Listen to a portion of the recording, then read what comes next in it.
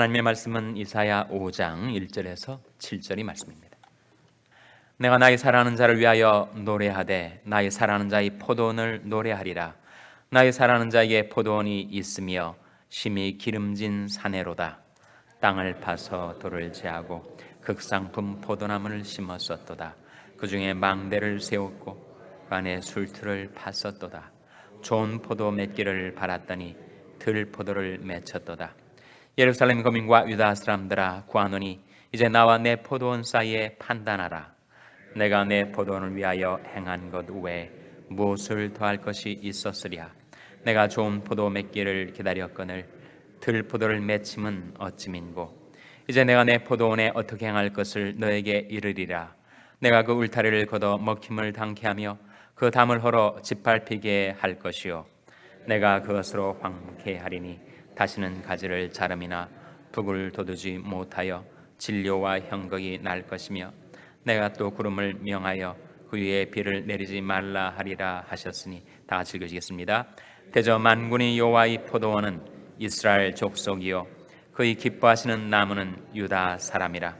그들에게 공평을 바라셨더니 도리어 포악이요 그들에게 의로움을 바라셨더니 도리어 부르짖음이었도다. 아멘. 할렐루야. 저기 평강의 복을 기원하는 마음으로 샬롬 인사 나누시기 바랍니다. 샬롬. 샬롬. 오늘이 수요일입니다. 수요 예배가 저녁 7시 반에 있게 되겠습니다. 내일은 우리 교회 남가주 한인 목사회가 방문을 해서 원로 목사님들이 우리 교회에서 예배를 드리고 친교의 시간을 갖게 되겠습니다. 모레가 인디펜던스 데이, 미국의 독립기념일 휴일인데 우리 새벽 기도회는 그대로 평상시대로 있게 되겠습니다. 여행 중에 계신 분들이 계실 터인데 하나님께서 안보해 주시기를 위해서 기도해 주시고 또 이곳에 머무르시는 분들은 새벽 예배 계속 나오시기를 바랍니다. 1절 말씀 같이 읽겠습니다. 이사야 5장 1절 말씀 같이 읽습니다. 시작. 내가 나의 사랑하는 자를 위하여 노래하되 나의 사랑하는 자의 포도원을 노래하리라. 나의 사랑하는 자에게 포도원이 있으며 심히 기름진 산에로다. 여기에 포도원이 나오죠. 포도원. 뭘 가리킬까요? 포도원의 의미를 우리가 문맥을 통해서도 찾아볼 수 있지만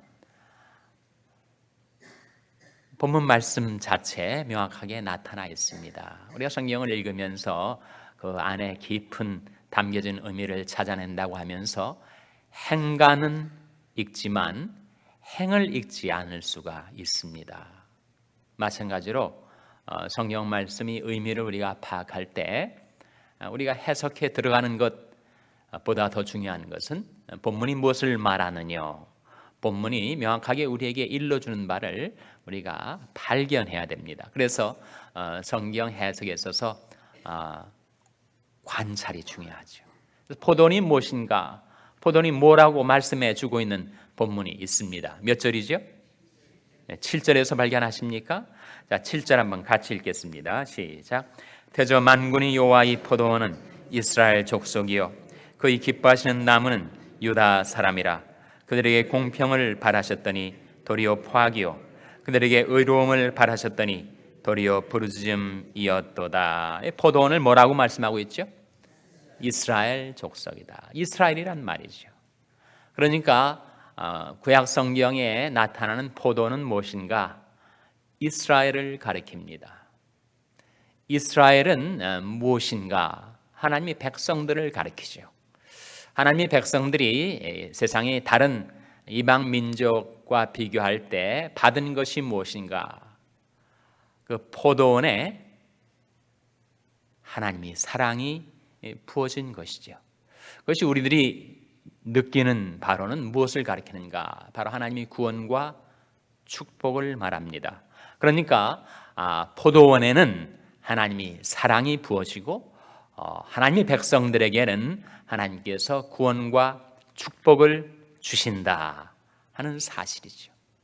하나님께서 지극정성으로 그 포도원을 가꾸시고 돌보시고 기르시면서 그 포도원에 기대하는 바가 있다는 거예요. 기대하는 바가 뭡니까? 포도원엔 무엇을 기대하겠어요? 포도 열매를 기대하겠죠. 그래서 하나님께서 그렇게 이스라엘 백성들을 돌보셨고 필요한 모든 것들을 공급해 주셨건만 그들이 좋은 포도를 맺질 못하고 무슨 포도를 맺었다고요? 들포도를 맺혔도다. 2절 말씀해 보시면 땅을 파서 돌을 제하고 그 포도원을 위하시는 하나님의 정성입니다. 땅을 파서 돌을 제하고 극상품 포도나무를 심었었도다. 그 중에 망대를 세웠고 포도원을 지키기 위해서 말이죠.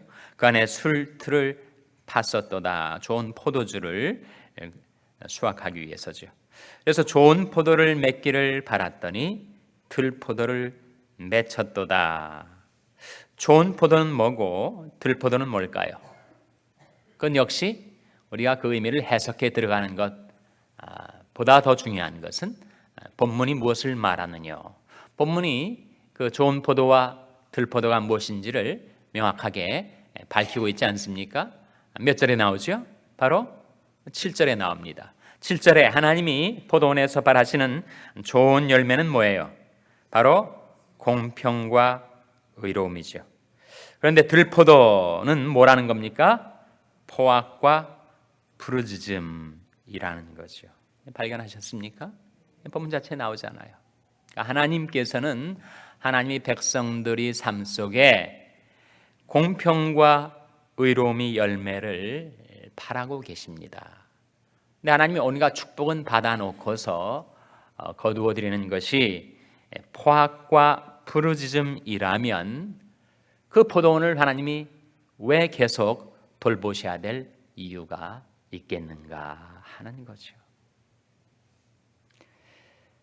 하나님께서는 하나님의 백성들을 사랑하십니다. 그리고 보배롭고 존귀하게 여기세요. 그래서 하나님이 포도원을 위하여 하나님의 백성들을 위하여 하지 않으신 것이 없다는 거예요. 온갖 지극 정성을 들이시고 사랑을 쏟으시고 그리고 때를 따라 햇빛을 주시고 비를 주시고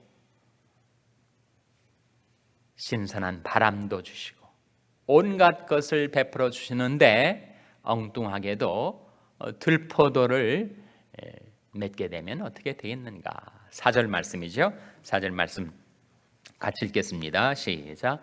내가 내 포도원을 위하여 행한 것 외에 무엇을 더할 것이 있었으랴. 내가 좋은 포도 맺기를 기다렸거늘 들포도를 맺힘은 어찌민가. 내가 내 포도원을 위하여 행한 것 외에 무엇을 더할 것이 있었으랴. 그러니까 포도원을 위해서 하나님께서 행치 않으신 것이 없었었단 말이죠.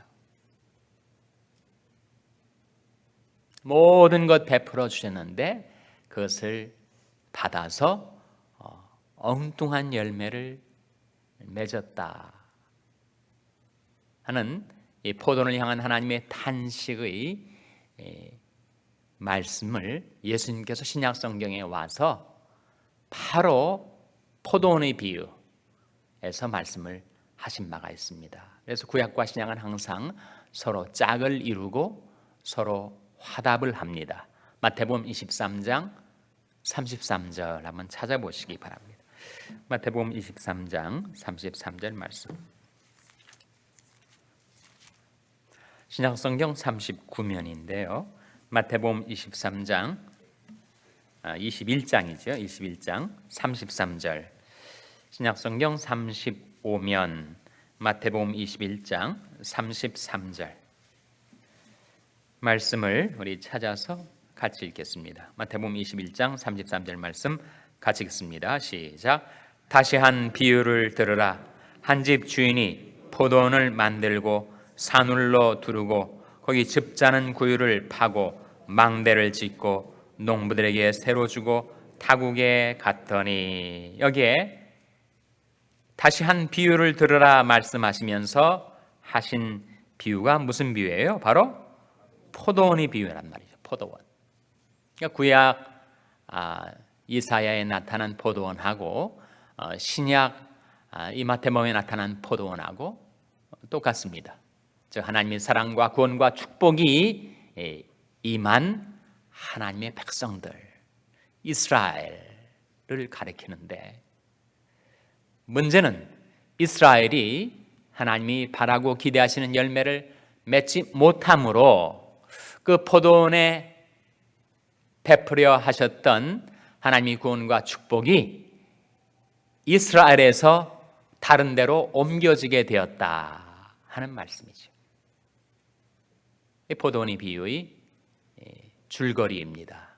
예수님께서 바로 이사야 5장에 나왔던 포도원의 비유를 가지고 말씀하시면서 하나님의 구원과 축복이 원래 그 포도원의 농부들에게 주어질 계획이었으나 그들이 너무나도 주인이 바라는 열매를 맺지 못하기 때문에 그 포도원에 주어질 구원과 축복이 다른 사람들에게로 향하게 되었다. 바로 43절 말씀입니다. 43절 한번 같이 읽겠습니다. 43절 말씀 마태복음 21장 43절입니다. 같이 읽겠습니다. 시작. 그러므로 내가 너에게 이르노니 하나님의 나라를 너희는 빼앗기고 그 나라의 열매 맺는 백성이 받으리라. 여기에 하나님의 나라, 하나님의 구원과 축복이 한 부류의 사람에게서 다른 부류의 사람에게로 옮겨지게 되었다고 말씀하고 있습니다. 여기 나타난 너희는 누구고 그 나라 열매 맺는 백성은 누구를 가리킬까요? 너희는 누굽니까? 너희는 이스라엘 백성들, 유다 백성들을 가리키고 그 나라의 열매 맺는 백성들은 누구를 가리킵니까? 이방인 중에서도 특별히 누구예요? 교회죠, 교회. 그래서 하나님의 구원과 축복이 이스라엘에게서부터 교회로 옮겨지게 된 것입니다. 그래서 오늘날 하나님의 백성들이 바로 교회가 되는 것이죠. 온 세계에 흩어진 십자가로 구속받은 하나님의 친백성들이 바로 교회고, 이제는 하나님께서 혈통적으로 국가적으로 이스라엘에게서 그리스도의 교회로 하나님의 구원과 축복을 옮겨 주셨다는 것입니다. 그런데 이와 같이 집단적으로 하나님의 구원의 축복이 변경될 뿐만 아니라 이것은 우리 각 개인에게도 해당되는 말씀이라는 거예요. 만일 하나님께서 우리를 하나님이 자녀로 삼으시고 온갖 정성과 사랑을 부어주시고 구원과 축복을 베풀어 주셨는데, 그것을 받아가지고 하나님이 기뻐하시는 열매, 어떤 열매라고요? 공평과 의로움의 열매를 맺는 대신 포악과 부르짖음이라는 열매를 만일 우리가 맺게 된다면 우리에게 임할 계획이었던 하나님의 구원과 축복이 우리에게서부터 거두어져서 다른 사람에게로 보내어질 수 있다는 거죠.